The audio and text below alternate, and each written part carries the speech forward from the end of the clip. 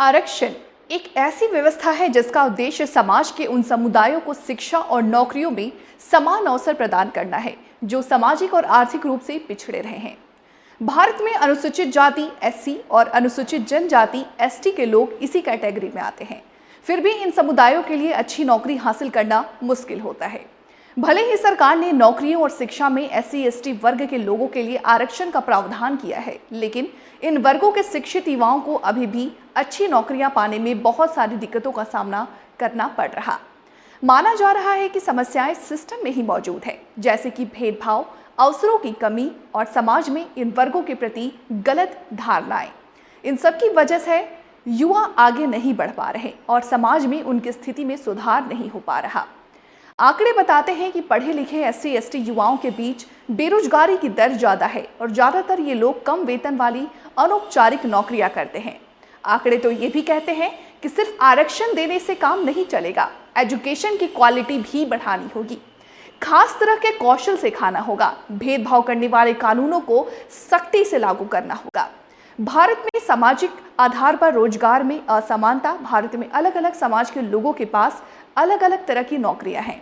International labour organisation और institute of human development की ओर से जारी इंडिया एम्प्लॉयमेंट रिपोर्ट 2024 में दिए गए आंकड़े भारत में असामाजिक कार्य को दिखाते हैं, जिसमें बताया गया है कि एससी एसटी वर्ग के लोग अन्य पिछड़े वर्ग और सामान्य वर्ग की तुलना में सामाजिक स्तर पर नीचे हैं।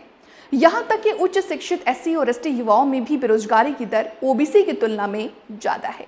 हालांकि सरकार ने इन वर्गों के लिए कई तरह की सुविधाएं और नीतियां बनाई हैं, लेकिन फिर भी एससी एसटी के लोग अच्छी नौकरियां पाने में पीछे हैं।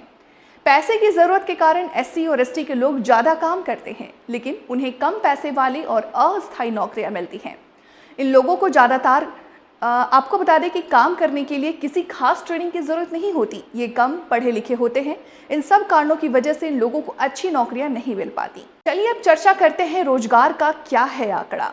रिपोर्ट के अनुसार अनुसूचित जनजाति में सिर्फ 5.1%, अनुसूचित जाति के 7.3%, ओबीसी के 8.7% लोग ही पक्की नौकरियों में हैं, जबकि सामान्य वर्ग के 16% से ज्यादा लोग पक्की नौकरियों में हैं। एससी एसटी और ओबीसी के 90% से ज्यादा लोग अनौपचारिक क्षेत्र में काम करते हैं, जबकि सामान्य वर्ग का ये आंकड़ा 84% है।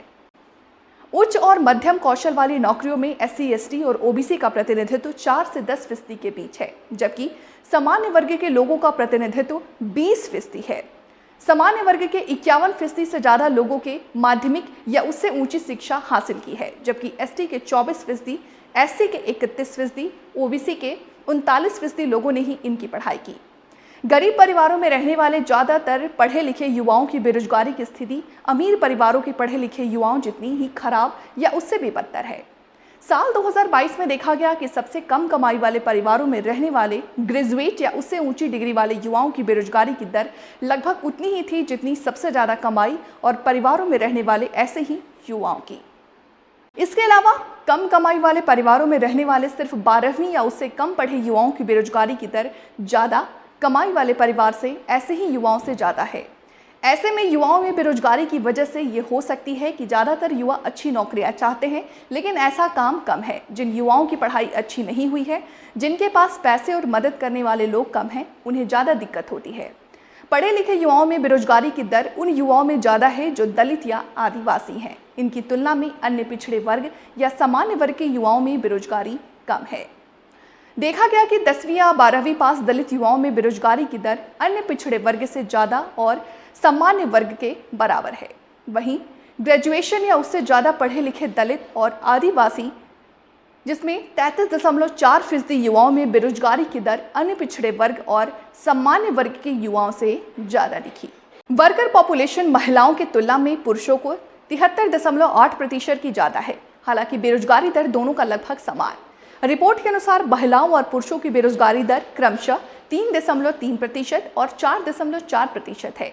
रोजगार का आंकड़ा कुछ इस प्रकार। रेगुलर एम्प्लॉयमेंट पुरुष में 23.6%, महिला 17.5%, फॉर्मल एम्प्लॉयमेंट पुरुष 10.8%, महिला 7.8%।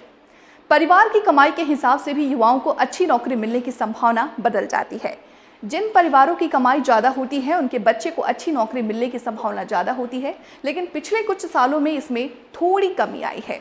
अगर समाज के अलग अलग वर्गों की बात करें तो अन्य पिछड़े वर्ग और सामान्य वर्ग के युवाओं को दलित और आदिवासी युवाओं की तुलना में अच्छी नौकरी मिलने की संभावना ज़्यादा होती है, लेकिन पिछले कुछ सालों में इसमें ज़्यादा बदलाव नहीं आया। अगर देश के अलग अलग हिस्सों की बात करें तो पश्चिमी और मध्य भारत में युवाओं को अच्छी नौकरी मिलने की संभावना ज़्यादा है, लेकिन दूसरे राज्यों में ये अंतर कम हो रहा। मतलब आरक्षण तो है, लेकिन सिर्फ आरक्षण से ही समस्या का समाधान नहीं हो सकता। दलित और आदिवासी समुदाय के लोगों को समाज के मुख्य धारा में लाने के लिए कई और उपाय करने होंगे।